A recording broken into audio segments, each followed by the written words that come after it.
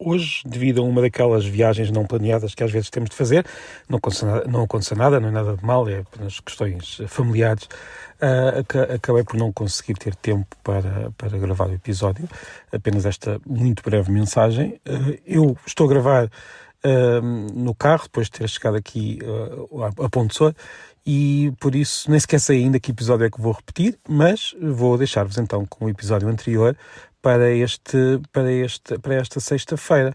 Espero que gostem de ouvir pela primeira vez ou de voltar a ouvir, e desejo-vos um bom fim de semana. Até breve.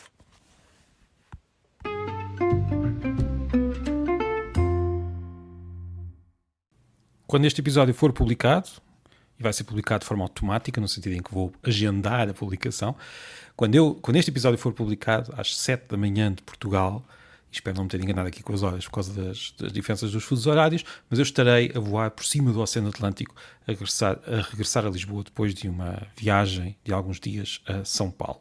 Isto, claro, se eu não tiver perdido o avião, porque dizem-me, todas as pessoas que encontro aqui em São Paulo, quando falo disto, dizem-me que é muito fácil perder um avião por causa do trânsito. Há tanto trânsito que a pessoa pode não conseguir chegar a tempo ao aeroporto, mesmo que saia com muita antecedência. E pronto, espero, por isso, que este episódio esteja de facto a ser publicado quando eu estiver por cima do oceano, e espero bem que sim, estarei a voar para Lisboa. Como eu disse ontem, fui à livraria na Avenida Paulista, que se chama Martim Fontes Paulista, pelo menos esqueci-me do nome, mas olhei aqui para o saco da livraria onde trouxe o livro. Encontrei-me com o Glauco Beliboni, que me aconselhou um dos clássicos da literatura brasileira, Crónica da Casa Assassinada, de Lúcio Cardoso, de 1959, e tal como fiz ontem com aqueles dois romances da Clarice Lispector, eu vou ler o primeiro parágrafo do romance. Eu estou a abri-lo, não estou a interromper a gravação, se calhar devia, mas a página não se despega. Cá está. Não, isto é o prefácio, eu tenho que procurar mesmo, eu quero começar pelo livro. Temos aqui então, primeiro, Diário de André, conclusão, 18 de reticências, de 1900 reticências. Meu Deus, que é a morte? Até quando, longe de mim, já sob a terra que agasalhará os seus restos mortais, terei de refazer neste mundo o caminho do seu ensinamento, da sua admirável lição de amor, encontrando nesto a velocidade de um beijo. Era assim que ela beijava, peço desculpa, nunca tinha lido isto, estou a ler pela primeira vez.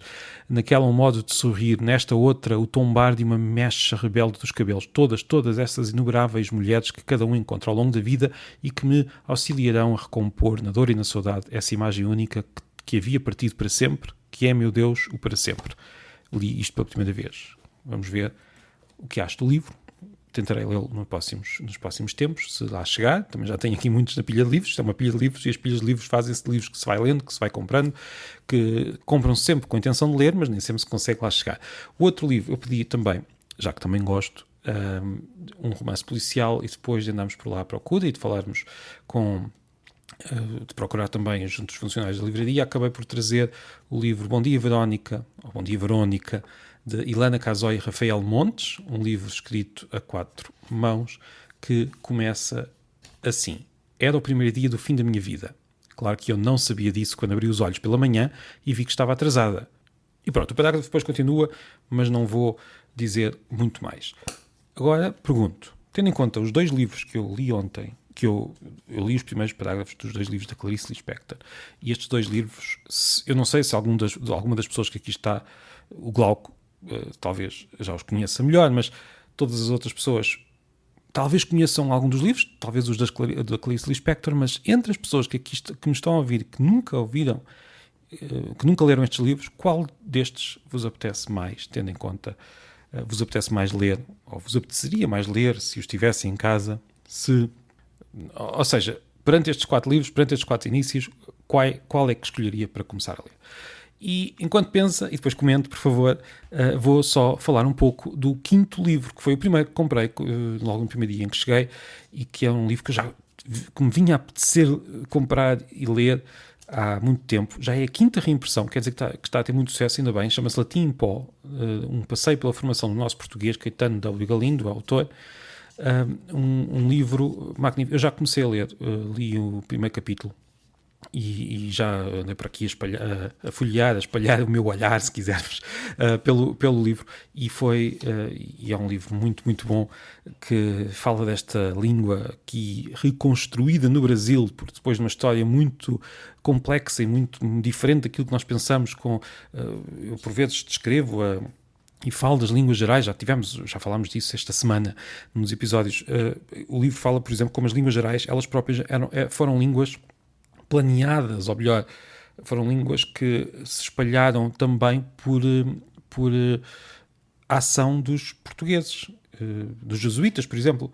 Ou seja, estas línguas que não eram língua portuguesa, mas que eram línguas faladas por grande parte dos brasileiros e das pessoas que já cá estavam, e também dos portugueses, estas línguas que nos surpreendem, porque nós não sabemos, em Portugal não estudamos esta história, estas línguas, até elas foram parte da história de Portugal no Brasil, desta história de imposições e de resistências e de lutas. Já agora, uma das pessoas que conheci nesta conferência foi Gil Van Muller, um professor de Linguística da Universidade Federal de Santa Catarina, que tem, aliás, uma cátedra UNESCO sobre multiculturalismo e multilinguismo. Agora não me lembro do título exato da cátedra, mas eu estava a conversar com ele enquanto caminhávamos para o Museu da Língua Portuguesa no primeiro dia da conferência, depois de uma aventura com uma carrinha de transporte que nos deixou um pouco mais longe do que deveria, e por isso andámos ali a andar a pé até chegar ao sítio.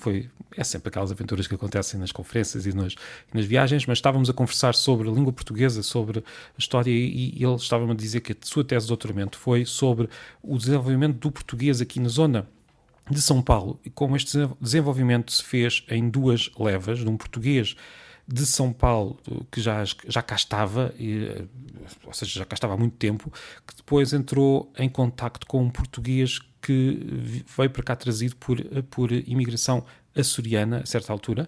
E estes dois portugueses, digamos assim, entraram em contacto, misturaram-se, mas ainda hoje se vê em certos traços dialetais a fronteira entre estas duas áreas. Mesmo, por exemplo, no uso do você e do tu, aqui nesta zona do sul do Brasil. Portanto, a história do português no Brasil é muito rica e complexa e muito diferente daquilo que nós pensamos. E tal como diz o Caetano W. Galindo, neste livro Latim em Pó, numa parte que já li, apesar desta história, o que acontece é que hoje, por vários motivos, muitos destes motivos relacionados com a história já depois da independência, quando houve também uma imposição, muitas vezes à força, e não tanto do português, mas de populações que tinham o português como sua língua, que acabaram por substituir outras populações, por exemplo, no norte do Brasil. Por causa de tudo isto, o Brasil é hoje um espaço com uma grande uniformidade linguística, apesar de todas as diferenças que nós conhecemos e da diferença social e de uso entre como já falámos esta semana, entre um português da rua e o português escrito. No que toca às regiões, às diferenças dialetais ou de uso de várias línguas, o Brasil é um país imenso que tem um monolinguismo muito forte. Há outras línguas, é verdade, dos imigrantes, das comunidades que já cá existiam, dos indígenas, mas estas línguas não partem um monolinguismo que é uma exceção, um monolinguismo muito forte, que é uma exceção para um território desta dimensão no mundo. E as razões são complexas e interessantes. Bem, interessantes é uma boa palavra. Bem, o livro começa com uma epígrafe de uma canção de Caetano Veloso: Flor do Lácio, Sambódromo, Luz América, Latim em Pó, o que quer, o que pode esta língua. É um livro muito, muito engraçado e muito bem escrito, pelo que eu já vi, muito escrito de uma forma muito próxima e muito bem fundamentada, e começa, como eu fiz com os outros livros, vou ler o princípio: Bem-vinda. O nome dela pode ser Luzia, nasceu agora mesmo no Brasil, um peso, mas também uma alegria. Se tudo estiver bem com ela, com sua saúde e seu desenvolvimento, nos próximos anos a menina vai realizar um pequeno milagre. A partir de dados desorganizados, fragmentados e muitas vezes contraditórios, Luzia vai aprender a falar. Quando na vida adulta, ao mesmo ano, ainda na escola, ela for tentar aprender um novo idioma, vai entender que não foi à toa que usei a palavra milagre, agora há pouco. Aquilo que para uma pessoa adulta, instruída, com acesso a todo o tipo de recursos e métodos, é uma tarefa complicadíssima, uma criança pequena resolve por conta própria, quase sem dar por isso. E vou fechar a citação, isto é apenas uma amostra. E é verdade, é um milagre a forma como as crianças aprendem com tanta facilidade as línguas. Na visita ao Museu da Língua Portuguesa que fiz no dia aqui em São Paulo, vi um filme que faz parte da exposição do museu, que também falava deste milagre. E falava também, por exemplo, do facto de nós conseguirmos interpretar, por exemplo, 30 fonemas por segundo, que é uma enormidade de fonemas. Nós conseguimos interpretá-los a todos e conseguimos perceber a outra pessoa.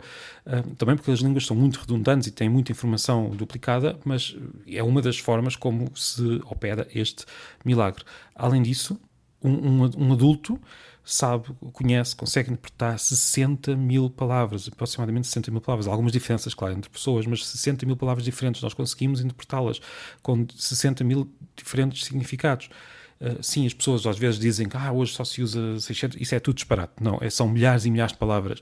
Quando vamos ver o conjunto do vocabulário, o vocabulário que as pessoas de facto sabem, é gigantesco e é astronómico. É curioso como é que isto existe, como é que nós conseguimos. Reparem, como no filme no Museu da Língua Portuguesa dizia, nós não conseguimos nem por sombras decorar 60 mil números diferentes associados a uma pessoa, a um significado, mas conseguimos decorar as palavras. O nosso cérebro está muito bem adaptado à linguagem humana, que é quase é algo que pode parecer muito óbvio, mas a linguagem tem características que nos levam a usar esta palavra milagre para a forma como uma criança aprende uma língua, qualquer língua, desde que ela seja exposta desde muito cedo. O livro é muito bom, aconselho, e aqui fica o quinto livro desta viagem brasileira.